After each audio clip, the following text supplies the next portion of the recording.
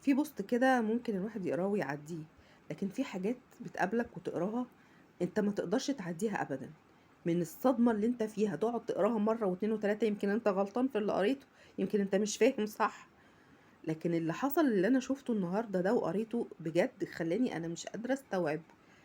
هو لسه في يعني هو في كده في الدنيا؟ في حد ممكن يعمل كده؟ في حد قلبه قاسي للدرجة دي؟ الأستاذ كاتب بوست كده على الفيس عنده بيقول إيه: السلام عليكم، أنا أمي الست فلانة كبرت وعجزت وبقت عبء تقيل عليا وعلى بيتي.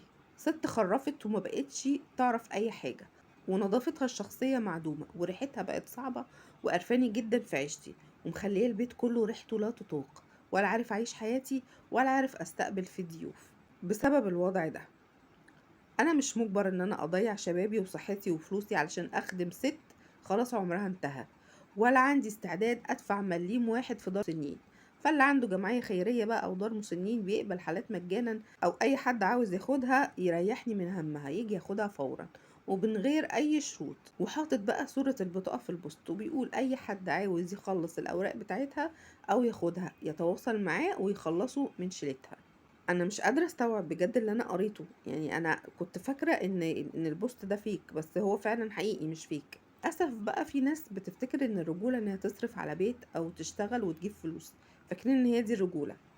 لكن لا خالص، الرجوله الحقيقيه اللي بتبان في المواقف دي لما تبقى قدامك ست كبيره في السن مريضه محتاجه رعايه ومحتاجه ان انت تقف جنبها وتشيلها فوق دماغك برغم ان انت تعبان وشقيان وبتجري على اكل عيشك. هي دي الرجوله. لكن انت تطلع على الناس كده وتوصف امك بابشع الاوصاف وتتكلم عنها كانها كده كيس زباله نفسك تتخلص منه، دي قسوه قلب وتجرد من ابسط معاني الانسانيه خالص، بجد يعني. واسمها نطاعه، يعني دي اسمها نطاعه، انت راجل نطع، انت لا تمس بالرجوله بصله. الام اللي بتقول عليها عبء هي نفسها اللي شالتك 9 شهور وسهرت عليك وعلى مرضك وعلى قرفك ونظفتك وانت طفل صغير من غير ما تشتكي، واستحملت قرفك وعياطك وعنادك سنين طويلة. عمرها بقى ما وقفت قدام الناس وقالت ان انا ابني عبء عليا او نفسي حد ياخده مني. كانت بتعتبر خدمتك شرف وحب، وانت النهاردة بقى شايف خدمتها اهانة وعقاب ليك. يا سبحان الله. اللي بيوجع القلب بقى مش انك تعبت بقى من رعايتها، لان الرعاية فعلا صعبة ومرهقة. اللي بيوجع قوي انك عريتها قدام الناس.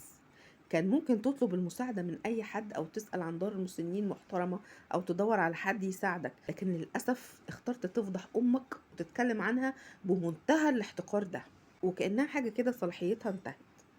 تخيل بقى للحظة ان امك وهي في كامل صحتها كانت كتبت بقى منشور زي ده وقالت للناس انا ابني بيتعبني وابني بصرف عليه كتير وبيستهلك فلوسي وبيستهلك طاقتي ومش طايقاه، اللي عاوز ياخده يريحني منه ياخده. كنت هتحس بايه بقى في ساعتها؟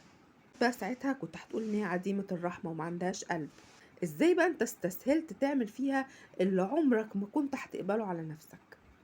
السنين اللي خلت امك تضعف وتتعب كده هي نفسها السنين اللي هتوصلك للمرحلة دي في يوم من الأيام.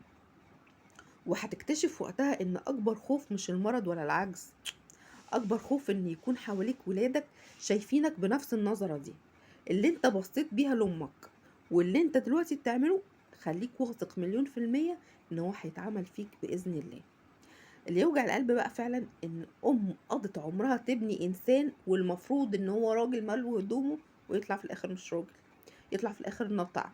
اتقوا الله يا جماعة، لأن الدنيا داين تو داين، واللي بتعمله في أمك وأبوك دلوقتي هيتعمل فيك سواء بالخير ولا بالشر، ودي الحاجة الوحيدة اللي بتترد لك في الدنيا والآخرة.